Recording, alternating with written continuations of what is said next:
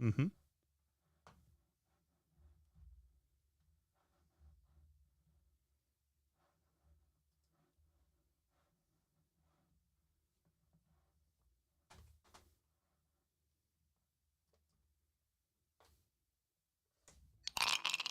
Hello, this is David Geckel from Baltimore, Maryland, and I'm a Leeds United fan.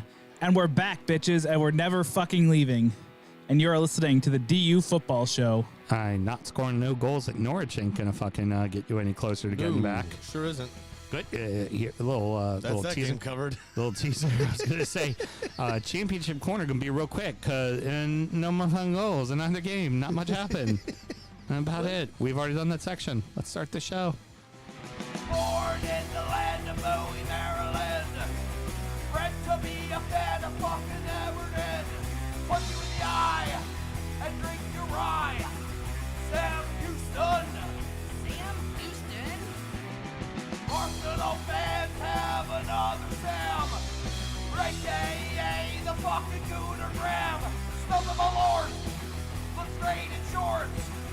Sam Grammy. Sam Graham. Fucking United!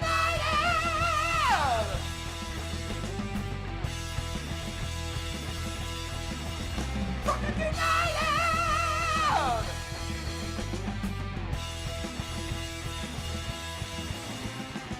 Hello and welcome to DU Does EFL, a completely biased recap of the English Football League as told by two common American schmucks. I am me. Well, actually, that would be the injury time thing. I am your host, Sam Houston. Across the way from me, facing the phone, didn't even notice that I fucked up the intro, my co-host, Mr. Samuel Graham. I noticed. All right. Just letting you work yourself out. Didn't care, did you? No, not at all. Of course, on the ones and twos, producer Mel. How we doing over there, producer Mel? Slowly flading into oblivion. Flading into oblivion. Have some more fucking mimosas there, killer. We're recording at the DU Public House just outside the nation's capital. You can check us out wherever you get your pods, and of course, streaming every single Monday except for on Sunday when we're streaming today.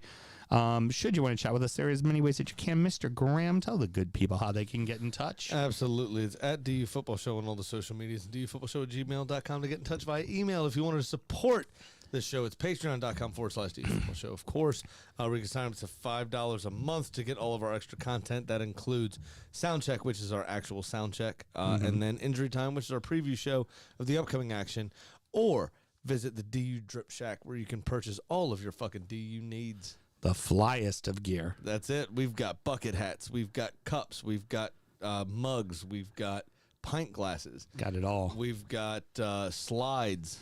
Mm-hmm. You might even be able to get me on a pair of underwear. Yeah, there you go. Who doesn't want Sam Graham on a pair of underwear? Come on. Let's be real. I'll get there one day. We are drinking the exact same shit we were drinking in the last show, so...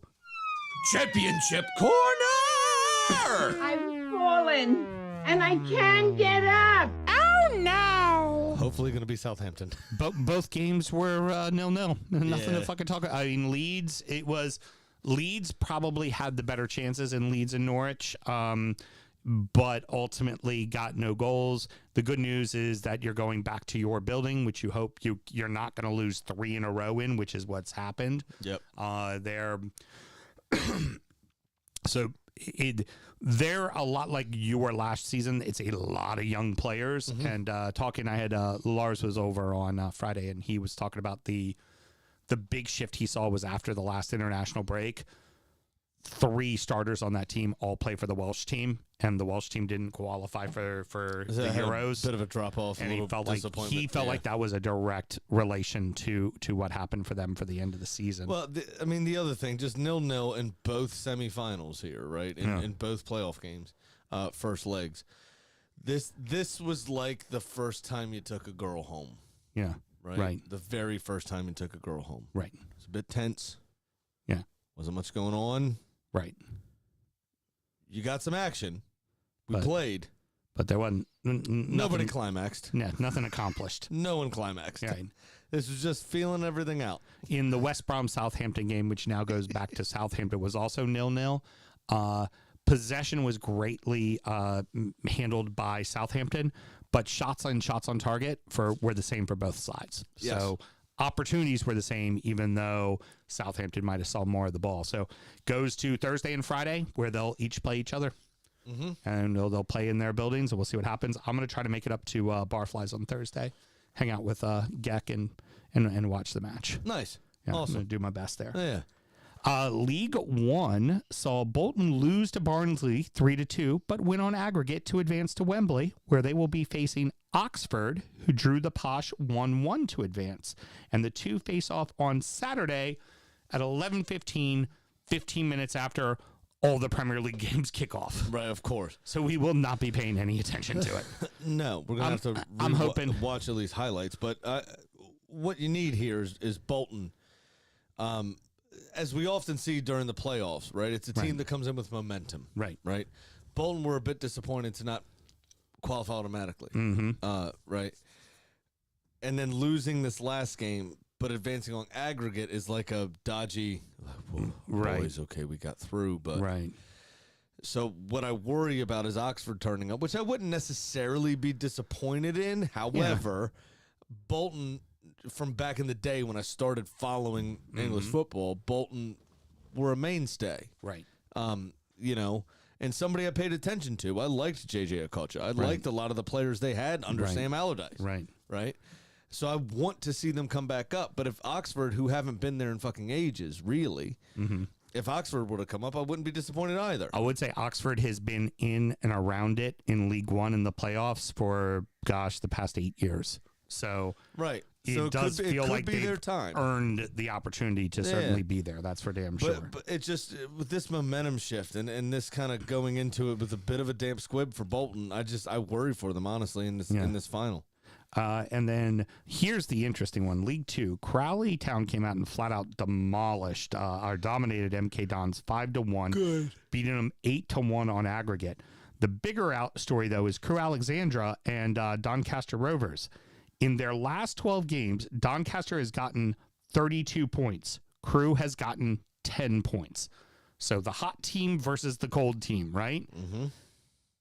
Rovers went up 2-0 in the second leg, and the second leg was going to be at home in their building. So one foot's in the door at Wembley, right? Yep. Not so fast. Crew beat them 2-0 in regulation. It goes to extra time and then ultimately to penalties, where Crew's keeper saves the final penalty shot. Crew advances to Wembley, and Doncaster's run is flat out over. Yeah, it sucks. It sucks. It's such a heartbreaking moment. And there's nothing really else to say about it. I mean, they obviously did so well to get in the position they were in. And to let that slip has just got to be... The Crew supporters rushed the field. And good ups on Doncaster so security. The stewards stayed in the sections to make sure that they would go back to the sections. The rest of the stewards kind of came and just kind of encompassed to like one quarter of the field, and just like, don't go past midfield, stay here, you're fine. But it's like every Doncaster supporter just going up and like grabbing the keeper by the face and just being like, I fucking love you. And that was pretty brilliant to see. And I believe they play the day after. I believe they play on, no, they might play on Saturday, the day before. Yeah. But I know they play right around that as well to see who gets goes along with Stockport, Wrexham, and Mansfield Town to go up to League One. Yep. Very good. That's it, Mr. Graham. All we're talking now is playoffs here for the end of this season. There's only a couple games to worry about. So sorry this show is so short, but this is what you get this time of the season, guys. It's what it is. After the year of 6,358 games, we're down to 2. Well, 3. Yeah. And we're going to break down those matches very specifically. Yes, of like course. those finals, we'll go back, we'll watch everything, and we'll be able to talk about it. But, for the context of this show, there's really not much to really say, No. And really at this stage, we only have 2 more shows. Yeah, that's it. For both the main and this show. Yeah. Right? It's cover the final couple days. Well, this show, we only have 1 more show. It's cover the finals. Yep. And then we'll do our prediction show, everything after that, and that'll be it. The other thing is we have our normal recap for the Premier League on Drunkard United. Yeah. next Monday, and then after that, it's just the wrap up for the season, Yeah. our predictions and everything else. Yep. I can't even. Was there a manager sack this season? I can't Yeah, there even was. remember. Yeah, there was. Heckenbottom. I can tell you what. Oh, might have been Heckenbottom. I might have been right. Yeah, I don't remember now. yeah, yeah, I have to open the envelope. yeah. I might be was gonna say- 1-0 me. I'll say there weren't many. I don't think that and because Roy the Boy wasn't a sacking; it was a stepping down. Because the Yeah, health. Yeah, This could be our tightest one yet. yeah. Agreed. Very much agreed. And I think we finished tied before. Yeah. This could be our actual tightest one yet. Good job, Mr. Graham. We got it to 10 minutes. Hey, thanks. All right, everybody. Till next week. Good night.